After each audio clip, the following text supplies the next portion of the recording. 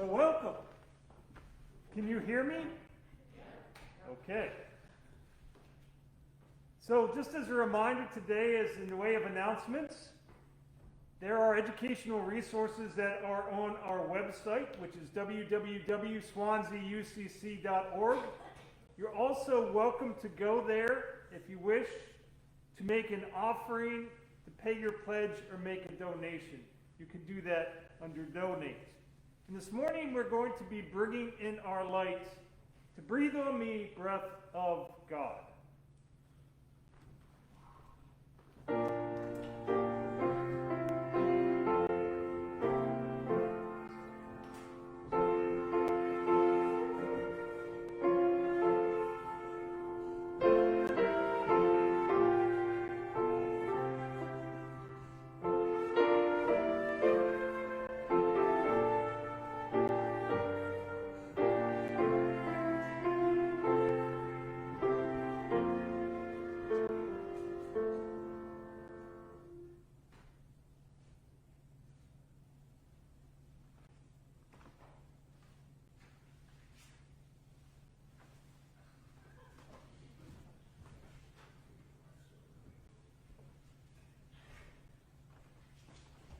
So here are these opening words, an opening prayer as attributed to Martin Luther.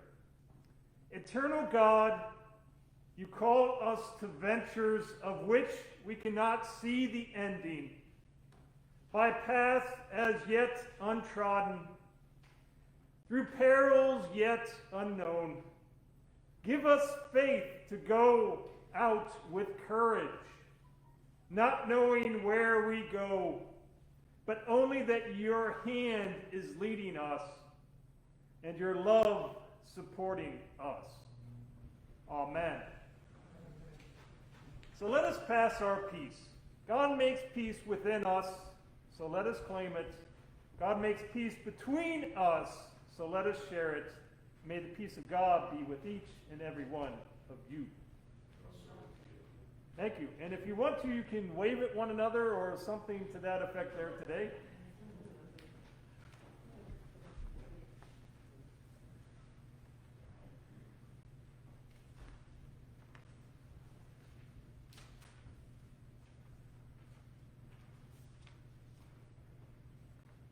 So our ancient testimony comes from Deuteronomy, the 34th chapter. And there, verses 1 through 12, it is written, Then Moses went up from the plains of Moab to Mount Nebo, to the top of Pisgah, which is opposite Jericho. And the Lord showed him the whole land, Gilead, as far as Dan, all Naphtali, the land of Ephraim and Manasseh, and all the land of Judea, as far as the western sea, the Negev, and the plain. That is the valley of Jericho, the city of palms, trees as far as Zoar. The Lord said to him, This is the land of which I swore to Abraham, to Isaac, and to Jacob, saying, I will give it to your descendants. I have let you see it with your eyes, but you shall not cross over there. Then Moses, the servant of the Lord, died there in the land of Moab at the Lord's command. He was buried in a valley in the land of Moab, opposite Beth Peor, but no one knows his burial place to this day. Moses was 120 years old when he died. His sight was unimpaired, and his vigor had not abated. The Israelites wept for Moses in the plains of Moab for 30 days. Then the period of mourning for Moses was ended. Joshua, son of Nun, was full of the spirit of wisdom, because Moses had laid his hands on him, and the Israelites obeyed him, doing as the Lord had commanded Moses. Never since has there arisen a prophet in Israel like Moses, whom the Lord knew face to face. He was unequaled for all the signs and wonders that the Lord sent him to perform in the land of Egypt against Pharaoh and all his servants and in his entire land, and for all the mighty deeds and all the terrifying displays that Moses performed in the sight of all Israel. So ends our ancient testimony for today and begins our beautiful music.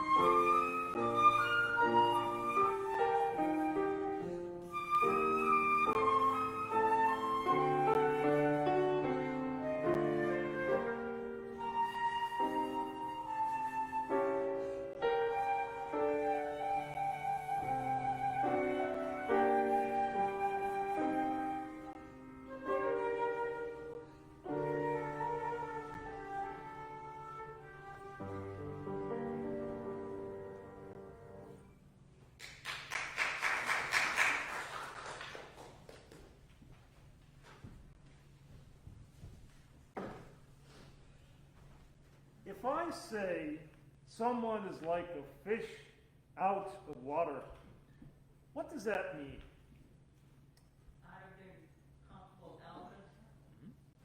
Yeah, it's an idiom used to refer to a person who is in an unfamiliar and uncomfortable surroundings. Kind of like what we're doing today. I mean, this is what we know, but in a way that we don't. So people can be out of place, thrown off your regular routine, out of kilter, out of sorts. So you could say he's like a fish out of water, and you know exactly what's being said. Well, see, there's this flip side to this saying, too. An assumption that is so obvious that it does not need to be stated, but I will. The everyday environment for a fish is water. See, but the fish does not realize what it is swimming in until the water is no longer there. I think that the same can be said of us. We can swim or exist in an environment usually completely unaware of its influence on us. We take its presence for granted. We have become so accustomed to this particular environment that we never realize there is another or a multitude of other possibilities. But occasionally there are these tipping points that take place in culture when another possibility is revealed. Often these moments of transition appear and can be centered on a great individual. See, these great individuals' lives can become a fulcrum, a pivot point that brings about advances in human society and civilization. The influence of these lives, in fact, are even felt now. So Moses, the man who Judaism remembers as their greatest leader and prophet, one who was a lawgiver, a liberator, and the person who talked with God, is such an individual. We have been following his story for a while now, and today it draws to a close. As a brief reminder, we have followed Moses as a babe in a basket floating down the river Nile. We have watched him grow and flee from Egypt. In midlife, Moses is confronted by God in a burning bush and learns the reason for his life. He returns to what was left unfulfilled in his earlier days. He goes back to Egypt and leads his people from the land of oppression and towards freedom. In the wilderness, there is groaning and complaining, infidelity and questions, tension and anxiety. But the true and living God is found, and so are God's ways. Now, at the end of Moses' story, he is within sight of the promised land. Now, America too has its favorite prophets, and like Moses of old, they are not always popular in their day. But there is one who is much like Moses, one who led an oppressed people towards freedom, one who experienced rifts and betrayals, one who watched people sell out to things that were false. He also was confronted by God not in a burning bush, but over a cup of coffee after a failed bombing attempt on his home. From that experience, he comes away with a divine decree that will be with him in his work and way the rest of his life. You probably have guessed it already, but the man is the Reverend Dr. Martin Luther King Jr. And the last speech that he gives reflects these last moments of Moses' life. King is in Memphis, an American city that is named after an Egyptian one, on April 3rd, 1968. That night he speaks about the Memphis sanitation strike, calling for unity and action and challenging the United States to live up to its ideals. At the end of this speech come words that reflect today's reading from Deuteronomy. Many of you have heard these words before, and know the speech as I've been to the mountaintop. This is the end of that speech in King's last public words. Like anybody, I would like to live a long life. Longevity has its place, but I'm not concerned about that now. I just want to do God's will, and He's allowed me to go up to the mountaintop, and I've looked over, and I've seen the promised land. I may not get there with you, but I want you to know tonight that we, as a people, will get to the promised land. So I'm happy tonight. I'm not worried about anything. I'm not fearing any man. Mine eyes have seen the glory of the coming of the Lord. King would be dead in a matter of hours. His life ended at 39, taken by an assassin's bullet outside a hotel room. Moses, too, would be dead after viewing the promised land, but tradition tells us that he would be almost 3 times King's age. Now, with Moses' life and King's death in mind, let's return to today's reading from Deuteronomy. Moses climbed from the plains of Moab to Mount Nebo, the peak of Pisgah facing Jericho. God showed him all the land. Then and there God said to him, "This is the land I promised to your ancestors, to Abraham, to Isaac, and Jacob, with the words, I will give it to your descendants. I've let you see it with your own eyes. There it is. But you're not going to go into it. You shall not cross over there." Moses, the servant of God, died there in the land of Moab. No one knows his burial site to this very day. Moses was 120 years old when he died. His eyesight was sharp. His sight was unimpaired. He still walked with a spring in his step. His vigor had not abated. The people of Israel wept for Moses in the plains of Moab 30 days. Then the days of weeping and mourning for Moses came to an end. So there's the pyramids of Egypt. There's the Taj Mahal. There's the terracotta army of Qin Shi Huang, the monuments and mausoleums. There's graveyards and tombstones as well. These are all ways for remembering those who have come before us. I think the fear of death is common, but there is another fear that I'm not so sure that we often discuss. We fear the passing of time. Not only does it change us to the point that when we look in the mirror, we scarcely recognize what actually peers back, but we fear fading away and being forgotten after we have died. I find it interesting when I read that Moses, the most revered of all Jewish prophets and leaders, has no grave. Mao Zedong, Lenin, all the American presidents, European royalty, poets and rock stars, we know where their remains lay. But as for Moses, it says no one knows his burial place to this day. See, the Jews carried the bones of their patriarch Joseph from Egypt, and they list the final resting spot of their favored leaders throughout their stories. But as for Moses, well, they just don't know. This and the fact that Moses does not make it to the promised land might seem unfair. Like the Israelites, some may wish to mourn for Moses, for the end of his life does not seem to take this unfair turn. Unlike Hollywood movies, Moses does not get to enter the promised land, and upon his death, some huge monument is not erected to become a place of solemn pilgrimage. But before we actually give into that sentimentality, I read something else in the end of Moses' story. Certainly he lived a very long and eventful life.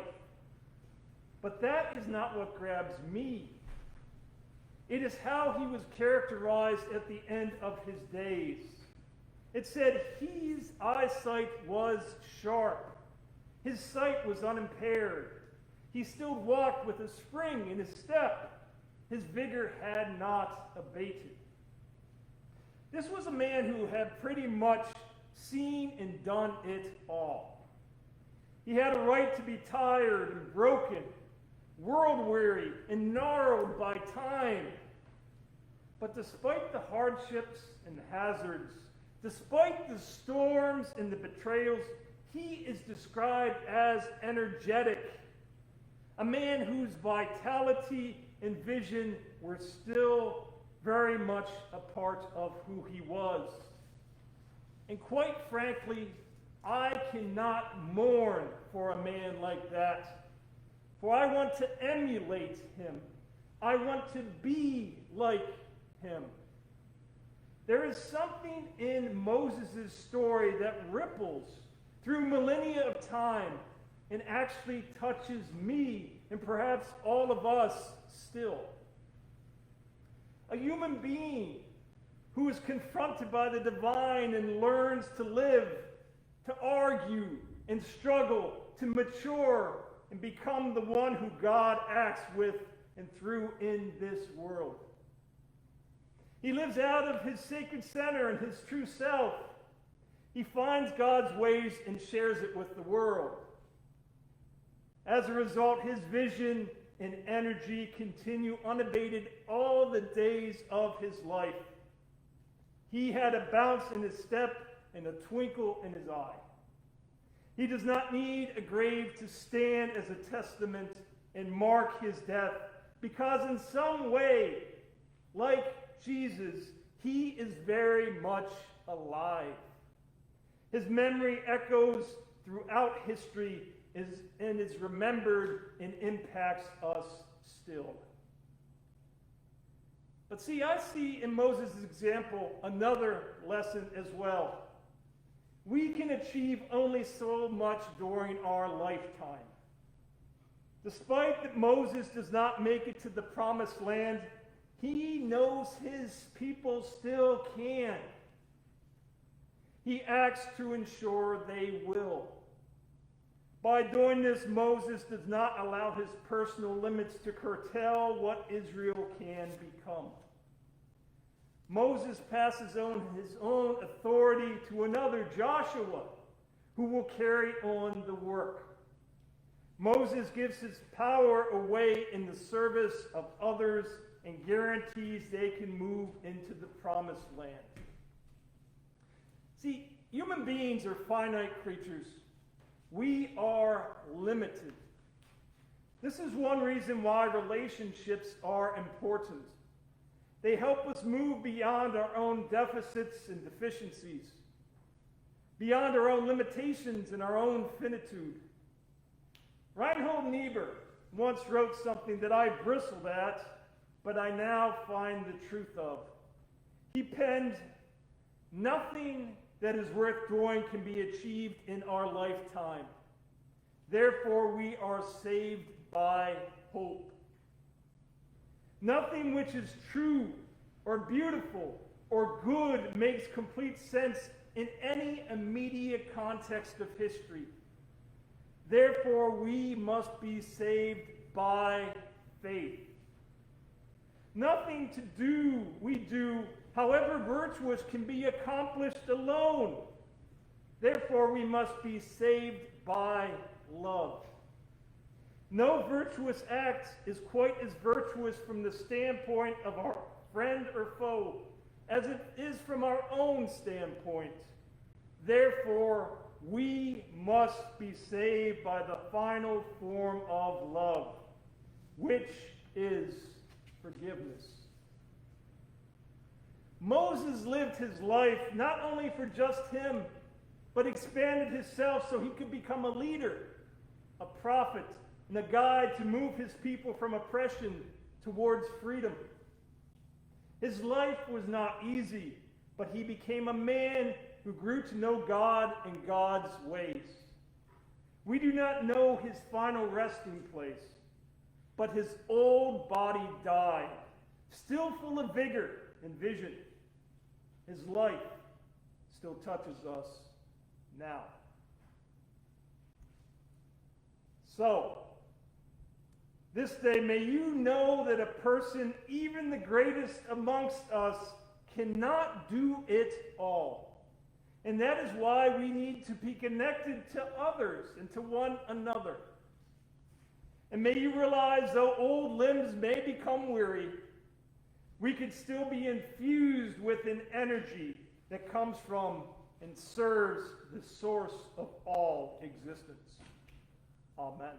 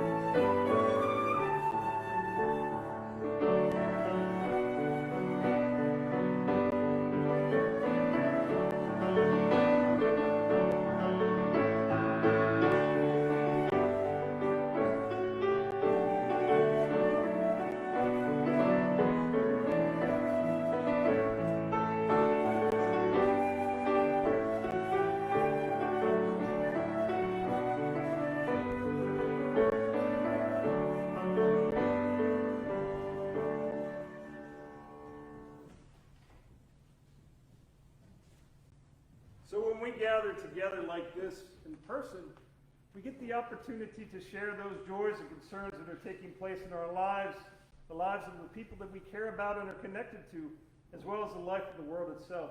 So this day, I would ask if there are any joys or concerns that you would like to share. If you're capable of saying them from your seats in a way that I can hear them, please do so.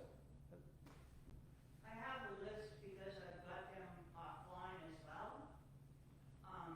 Becky is asking for prayers for her mom, who is doing well but is depressed right now, so she's asking for joy prayers to be sent her direction.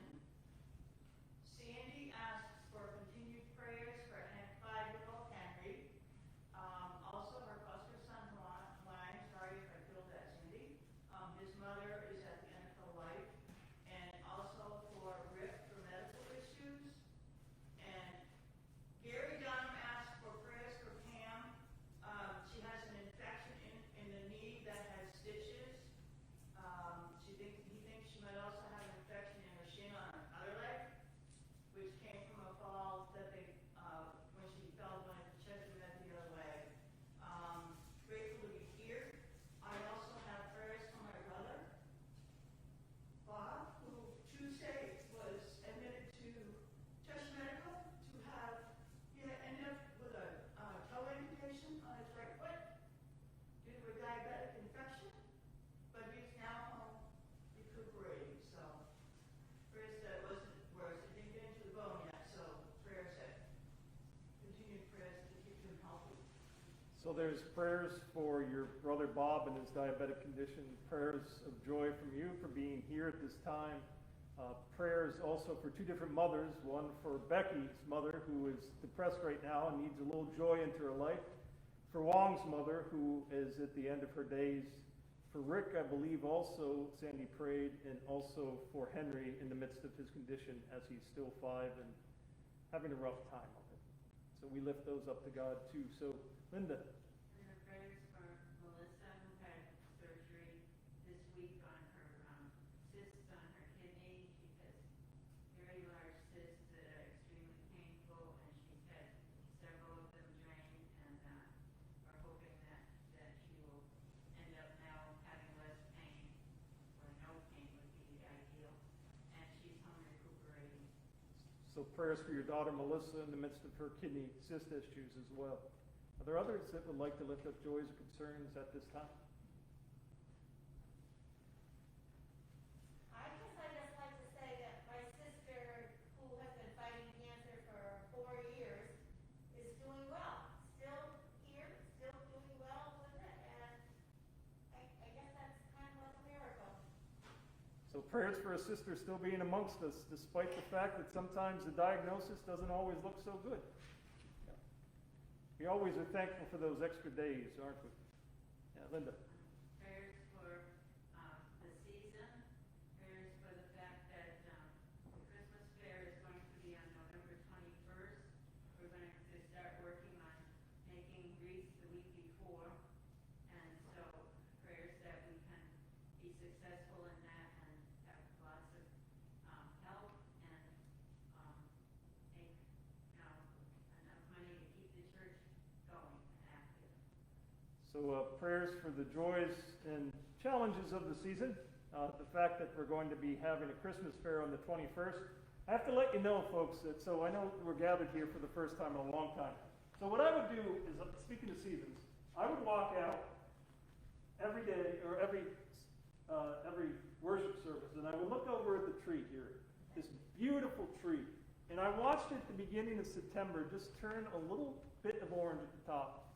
Every week I would watch it go further down, and now today it seems as if all except for the very bottom of leaves have gone. So again, it's proving that we do have seasons in our lives where things come and they go. They can still be beautiful, but sometimes a little bit of dormancy. We have to enter a time of winter where things look bleak, but that doesn't mean that another spring won't come. It always does. And with it comes greening and growth, new life. That is one of the stories, remember, of the Christian faith is resurrection. That there is new life possible, always. Linda. The joy that we can be together this morning in the sanctuary. So a joy for being here together in the sanctuary. And doing it safely, too. Yep. There are other joys and concerns this day. If not, let us turn our hearts, our minds, the very center of ourselves to that which has given us life. Holy One and living God, you have brought us here today to be together as a congregation, as has taken place for all these many years in Swanzey. We know that this will continue. It will continue because these people want it to, and because it seems as if you do too. So we realize, though the seasons change, that it will happen because of what people are willing to do in the way that you show. We are thankful for the story of Moses. We know it's been a long one. But we, like following all the patriarchs through the summer until now, have come to realize that these people are not perfect, but they are great individuals who can show us a way whereby, this way of yours that can bring about what's best not only for an individual, but more so for everyone. So may we find this way present amongst us. And we would ask also that you hear this prayer from Chesterton that's been said many times, but we realize it is extremely important today because there's much going on in our world. So hear these words from him. O God of earth and altar, bow down and hear our cry. Our earthly rulers falter, our people drift and die. The walls of gold entomb us, the sword of scorn divides. Take not thy thunder from us, but take away our pride. We lift up the prayers of these people, Holy One, for mothers and fathers, for children, for those that we care about, for those joys that we have coming back here and seeing one another, and doing it in a safe and responsible way. We also know that we live in the midst of a world right now that is hurting for many different reasons, and you know them better than I. We also ask that prayers be lifted up. We know that they have been captured from those online, but there are always prayers in people's hearts. May you also take them into account and listen there as well. And now we turn to you in the silence of these moments, bringing to you those things which we are grateful for and thankful for. But we also bring to you those things that are dark and difficult, asking that light and love would be born there as well.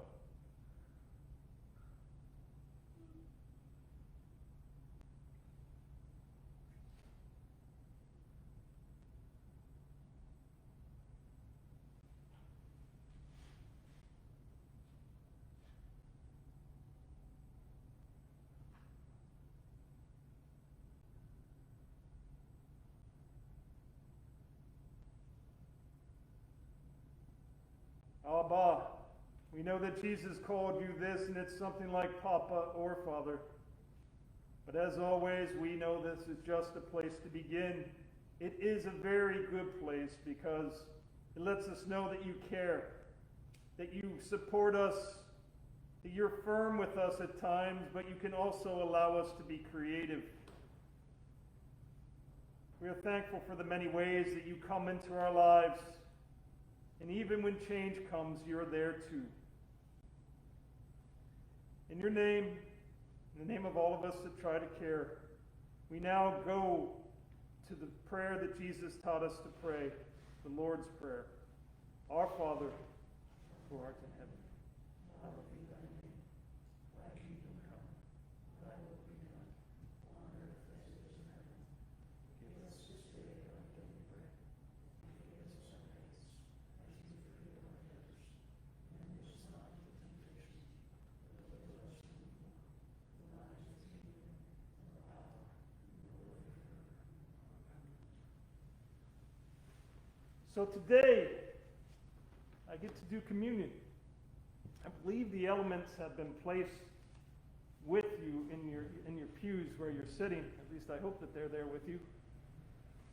This will be the last time that I do this amongst you, so it is something that's meaningful to me today.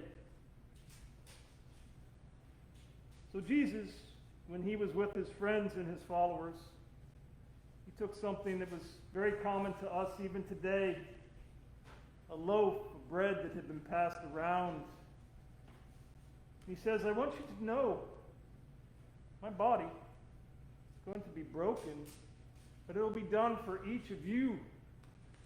And when this takes place, it will be a bread of life. It will provide nourishment for people to come. It will provide nourishment for you.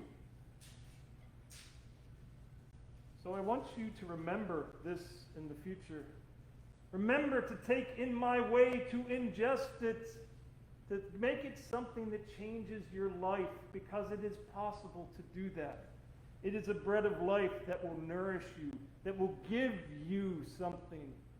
It is a food that will sustain you and never let you grow hungry again. So let us do this now. Take your mask down to remember this time, to remember this way, to remember this God that Jesus brought to us. Let us take, let us eat.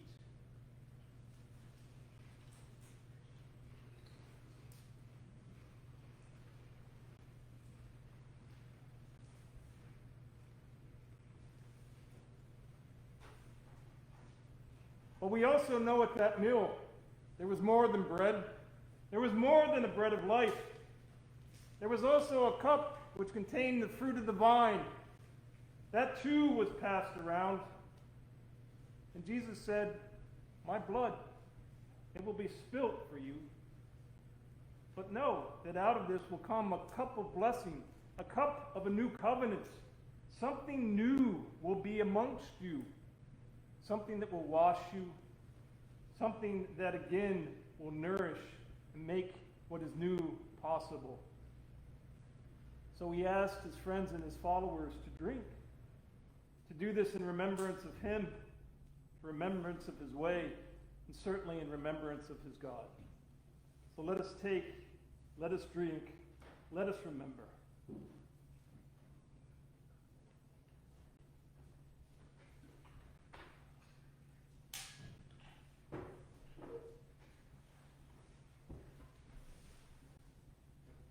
So it is good to be amongst you to do this one more time. So at this time, Kyle, Beth Ann, would you be so kind as to play Let There Be Peace on Earth, and I'll be back with the benediction in just a moment.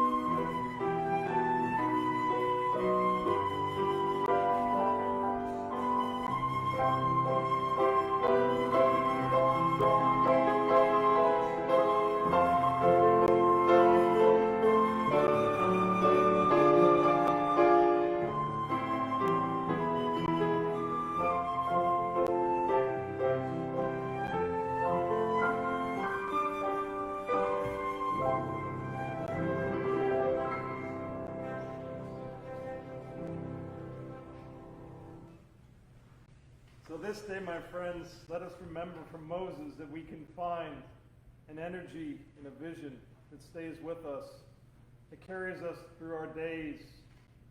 And with Jesus, that there is this way too that we can bring into our own lives that will change not only us, but will change the world as well. Will make something, a place of this world where there is more love, where there is more joy. And as well, there will always be more peace through this way. Thank you for being here today. Amen.